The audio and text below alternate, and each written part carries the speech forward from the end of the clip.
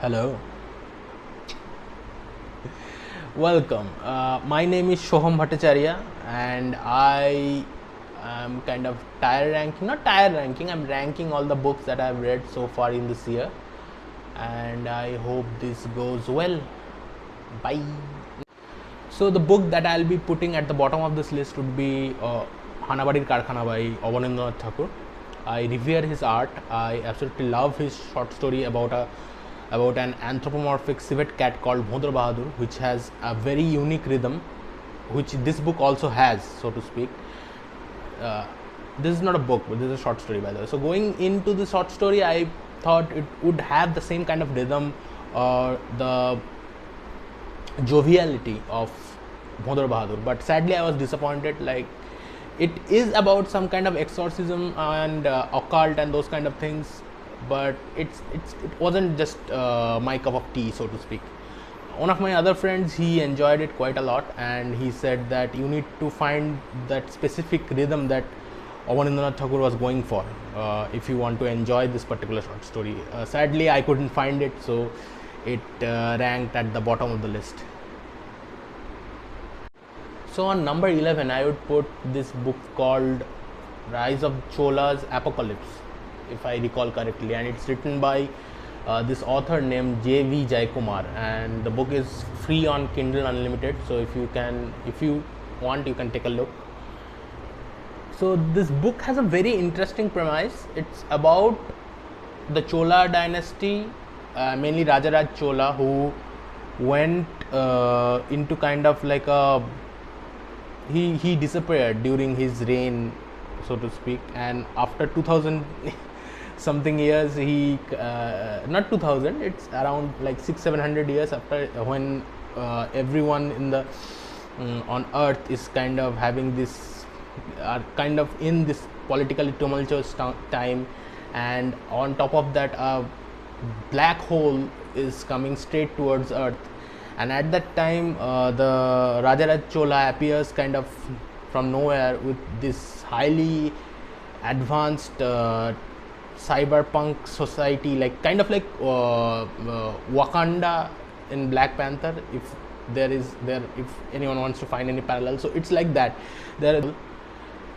The aim of the story, or the vision that the author had for this particular story, was pretty great, so to speak. The premise is very interesting, which kind of pulled me into the story in the first place. But what I felt was the story kind of ended in a midway, like a lot of loose ends that were never fully explained, and also I felt like this book needed a prequel. I have heard there's a sequel in the making, but I truly believe that this book needs a prequel more than a sequel, as to how the Chola dynasty became such a technologically advanced society, and why it remained clandestine for such a long period. That point remains quite interesting to me. So number 11, Rise of Chola Apocalypse by J.V. Jaikumar.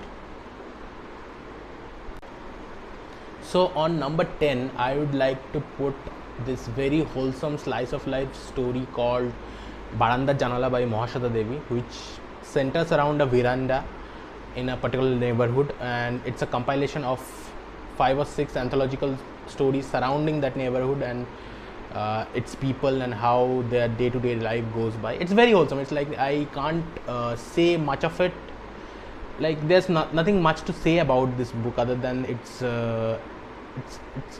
kind of like that cozy, comfy read that you need after reading a very tough, mentally exhausting book. So if you are, and it's very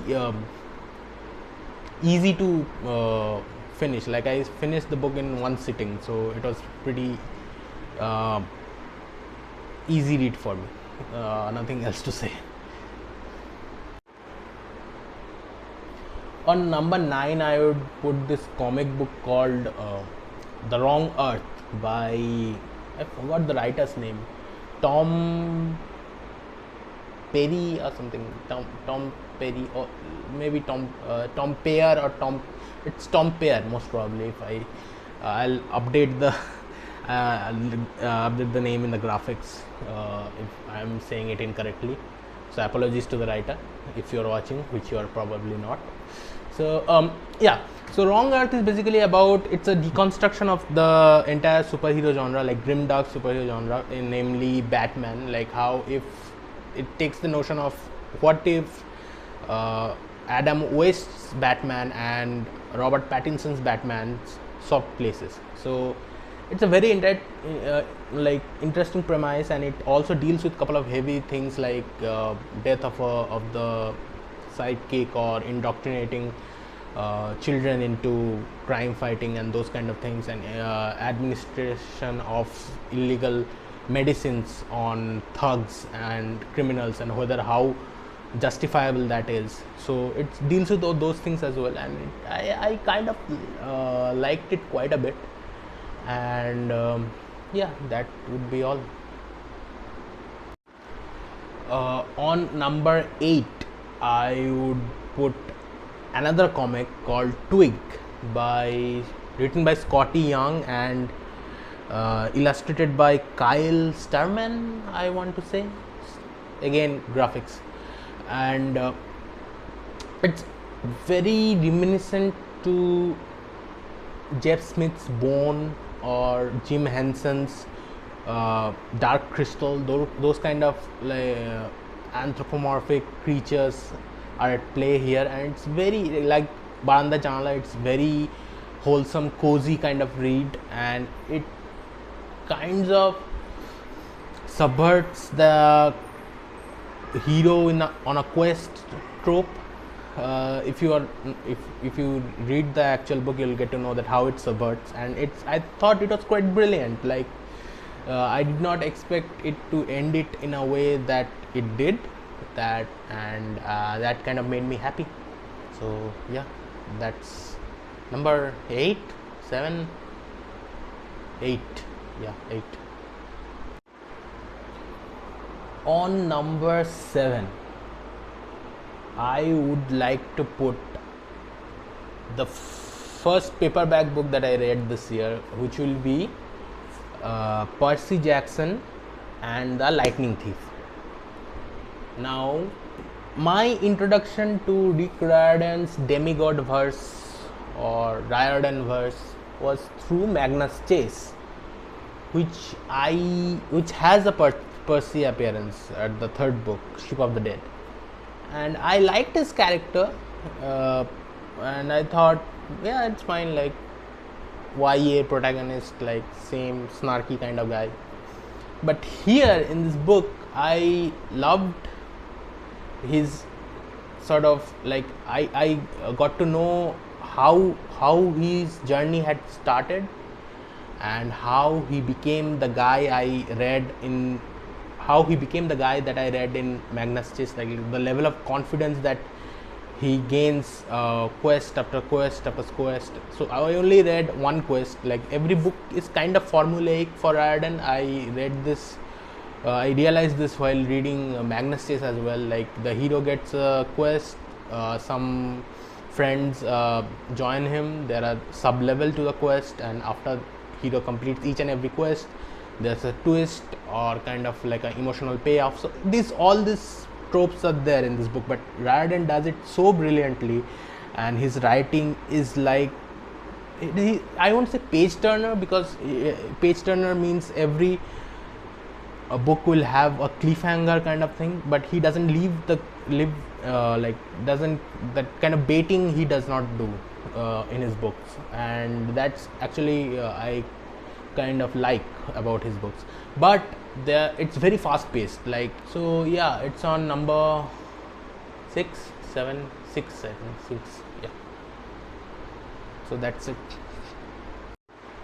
Okay, so on number 5 comes in a little bit of surprise, because this is a poetry book, and I am not a poetry guy. I don't get it. Like I used to abhor poems when I was growing up, because mostly because we had to memorize them and recite them, so it was kind of like a regurgitation of, like it was kind of like a word vomit, so to speak. So it was never very appealing to me. But one of my good friends, Aninda De, shout out to Sarji, Aninda De recommended me this book called Dog Songs by Mary Oliver. So this is about a lady who has kind of sneakily written a memoir from the perspective of her canine companions. So her dogs, I forgot the name, Percy and something was there. Like it basically deals with her day to day, how, what are the joys, the highs and the lows and the heartbreaks that comes with being a dog parent, so to speak. And I know a lot of people who love, who are cat parents, dog parents. So I myself, I don't own a pet, or I don't have a any kind of non-human companion. So it's even with that, I could relate to the joys and the pangs of the joys of having a companionship, and the pangs of losing a companion. So those things kind of resonated with me, and I really liked it. Like, I didn't expect a poetry book to be so high on the list, but here we are. On number 4, there's this abstract science fiction book called Einstein's Dream by Alan Lightman, and it's basically, it's not a hard sci-fi, or it's not a fictional story even. It's part fiction, part actual events, and part magic realism. Like, here we see different worlds from the perspective of Einstein's dreams, Einstein's, the famous scientist, his dreams, and where basically Alan Lightman, who is a physicist himself, has basically explained spatial construct, or the concept of time, in the form of a fictional story, semi-fictional stories. So here we see, like, each chapter of this book is 1.5 page, and each chapter deals with a different world that Einstein dreams every night. Like, in some world there is heartbreak, in some world there a human's life spans, like his birth and death happens within the span of one day. There's a world where no one sees sunlight and in another world where everything is frozen in time. Like, there's a myriad of worlds where where one world was where time was tangible, so you could actually it was like kind of a tactile thing. It's very hard, it's very abstract when you're trying to put it in words, but it's very, Alan Lightman makes it so easy and palatable, so to speak. It really like, I kind of forgot everything which was going around myself when I was reading this. And it's an incredibly short read, like 150 pages or something, and you can just finish it in one sitting, as far as I know. So on number 3, there's another book I have read, which is part of a 12 book series, and all of it is out on Kindle Unlimited. So if you want, you can check it out. It's free on Kindle Unlimited. It's by this author named Will White, and the series name is Cradle, and the first book is Unsold. So if you are familiar with shonen manga or shonen anime, which I am not that much, it basically deals with the lead or the protagonist leveling up with every arc or every chapter or every volume of the story. So that's a gradual increment of powers, which is in itself a subgenre called progression fantasy. And Will White has written uh, his book in this particular genre, and which is very reminiscent to a lot of animes and manga. So it shows that he clearly is a fan of these books or this kind of literature or shows or in this type of medium. And he has crafted a hero who is not imbued with, like, he starts off as even below zero. He starts off with nothing in this book called, and his name is Lyndon. And how he progresses and how he utilizes whatever the resource he has on his sleeves, so to speak, and how he makes use of the scenarios in his favor, and how he, and most of the shonen trope that I have seen is that the hero either gets imbued with something really like a cosmic power which gives him this kind of unlimited strength and all those things, or the hero trains very hard and eventually levels up. But Lyndon doesn't have all those things. He doesn't level up till the very end of this book, and he doesn't level up that high as well. And but it ranks pretty high mainly because of its very likable protagonist and how he uses his predicaments to his advantage, which is very rare in a lead in any kind of book or in any kind of pop culture medium. So Unsold ranks number 3. On number 2 spot, there are 2 books actually. One novel, prose novel, and another one is a graphic novel. The prose novel is called Of Ants and Dinosaur by Shijin Liu, and the second one is called, the graphic novel is called The Devourer by Shijin Liu's like the main cliff notes. I forgot the writer's name, I'm sorry, I'll put this in the graphic.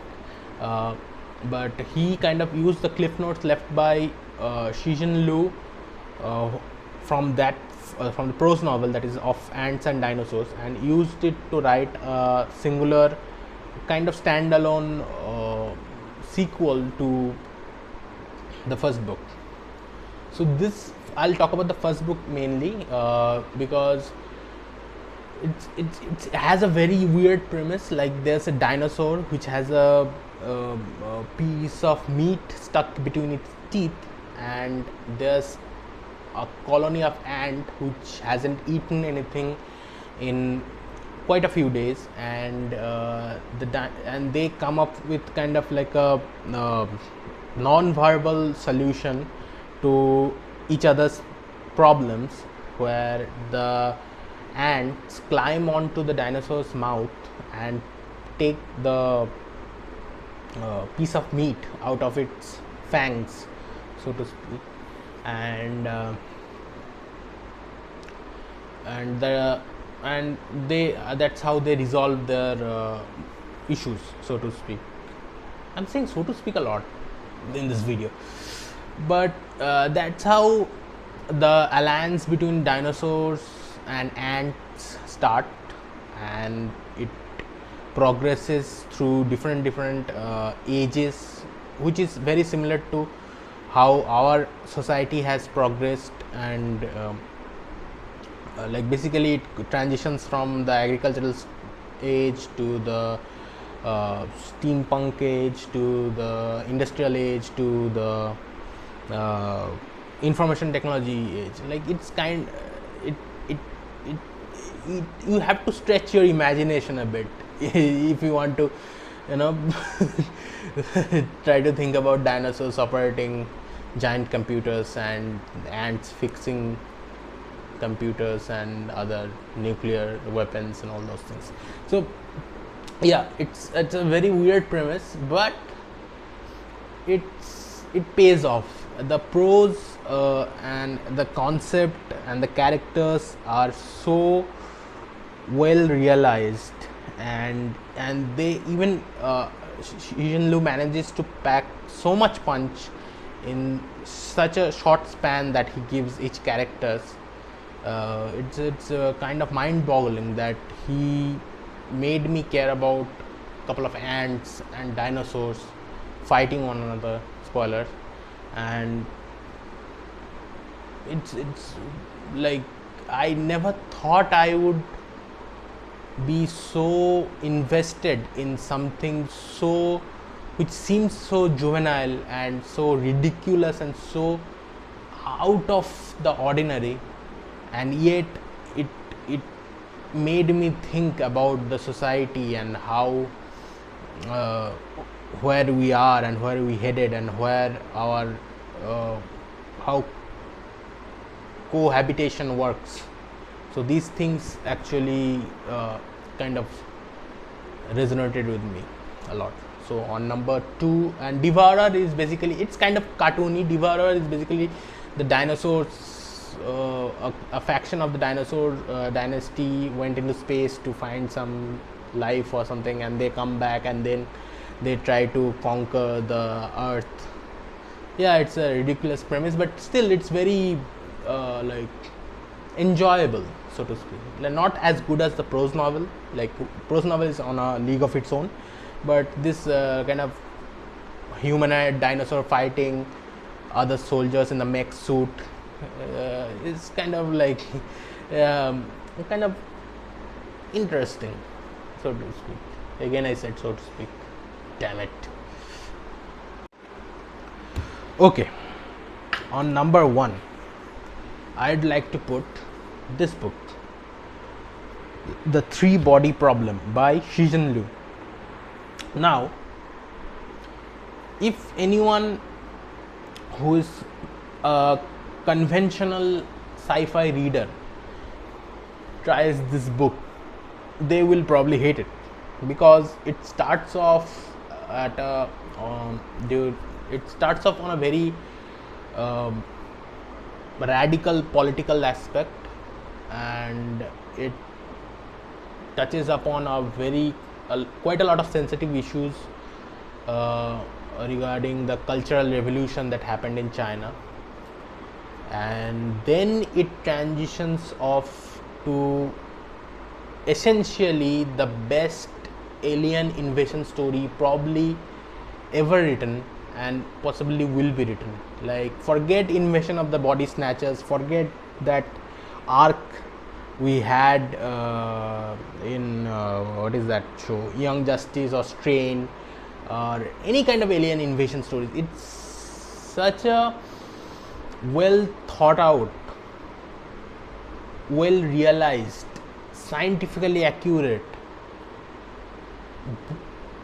plot that when I read it, jaws quite close to the floor, completely flabbergasted, saying like especially the chapter regarding the chapter before the penultimate chapter, which is spoilers 1, 2, 3, sophons, how they created the sophons and how they're coming. Oh man, I can't say all these things, those will be considered spoilers, but oh man, just read it. You'll love it. Anyone who loves sci-fi, non-contemporary sci-fi, will probably have a ball with this book. I won't say much other than that it's fantastic, and so far the best book I have read so far in this year.